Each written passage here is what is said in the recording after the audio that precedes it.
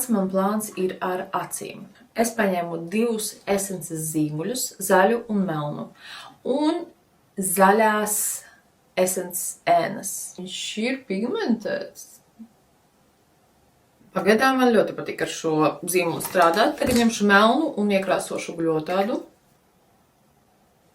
Tagad kārta sausajām ēnām, kas man piefiksēs visu acu grīmu. It's not bad. It's not bad, guys. Ēnas man ļoti iepatikās. Viņas ir pigmentētas, skaistas. Mani pārsteidz, ka šīs ēnas gandrīz vispār nebira. Tas bija fantastiski.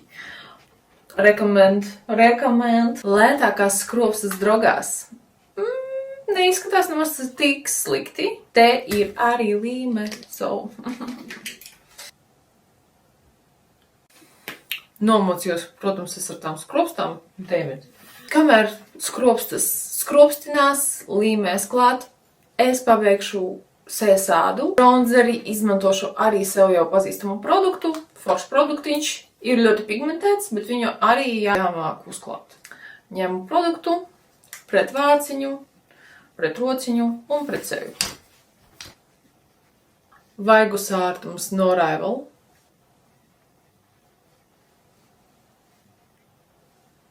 Lētākā skropstu tuša Essence. Lupas, un šeit man ir Essences Soft and Precise 302. Heavenly. Izskatās patiesībā diezgan jauks tonis. Man prasītos mazliet tumšāku toni, bet ok.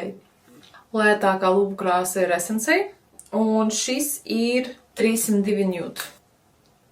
Ļoti tuvs tonis zīmulim. Un pēdējais, kas man ir, tas ir lūpu spīdums. Šis arī ir Essences. Kaut ko atgādina no bērnības. Un viņa vēl ir salda. Jā, agrāk arī bija tāda lūpu spīdumi. Piefiksēsim šauji.